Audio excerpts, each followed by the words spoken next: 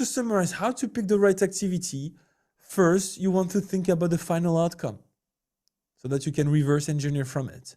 A question you can ask yourself is, what's the result the customer wants? Then you're going to pick simple activities that are like good for the brain of participants, that are easy for you to explain, so that you are reducing the risk of getting wrong or explaining badly to the participant. Yeah, the question you can ask yourself is, can you explain it clearly and fast? And then you want to validate it so that you know when you go into the room, it's going to deliver. What is one small change you want to make in your next workshop? So what is one thing you want to change in your next workshop? Simplify the process. Make my activity much quicker and easier to explain. Love that. Reverse engineer. Can I explain it fast and clearly? I love the gateway question. Optimize for mental energy.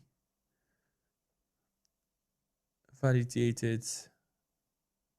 Okay.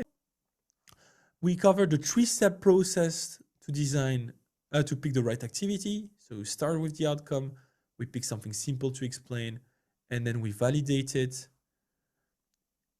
And that was all.